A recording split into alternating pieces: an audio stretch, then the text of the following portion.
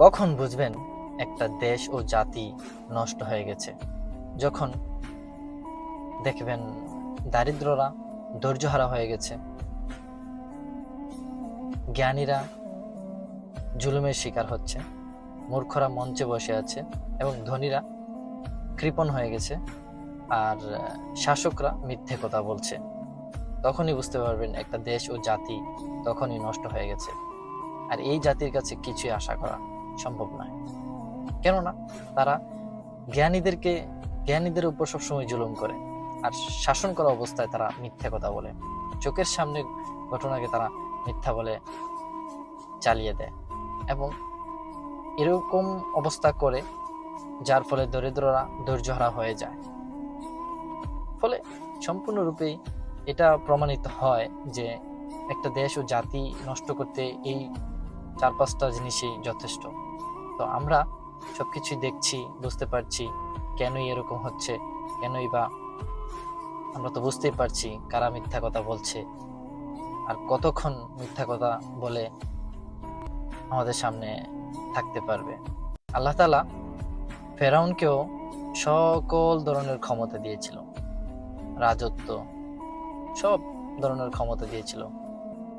আল্লাহ তাআলা ফেরাউনকেও ধ্বংস করেছেন। আর পৃথিবীর মধ্যে অবিচার, নির্যাতনের সবচেয়ে প্রথম ছিল ফেরাউন, তিনাকেও আল্লাহ ধ্বংস করেছেন।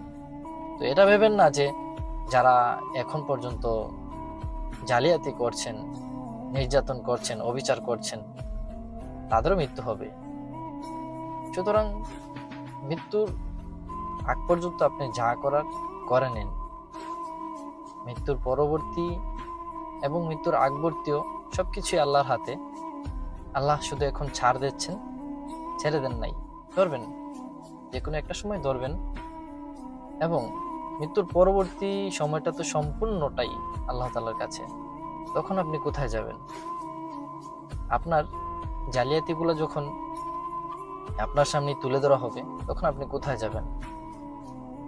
তো আমি কিছু বলি আর না বলি, আমার কথা সঠিক হোক কিংবা বেঠিক, মৃত্যু সবাইকে পাকড়াও করবেই।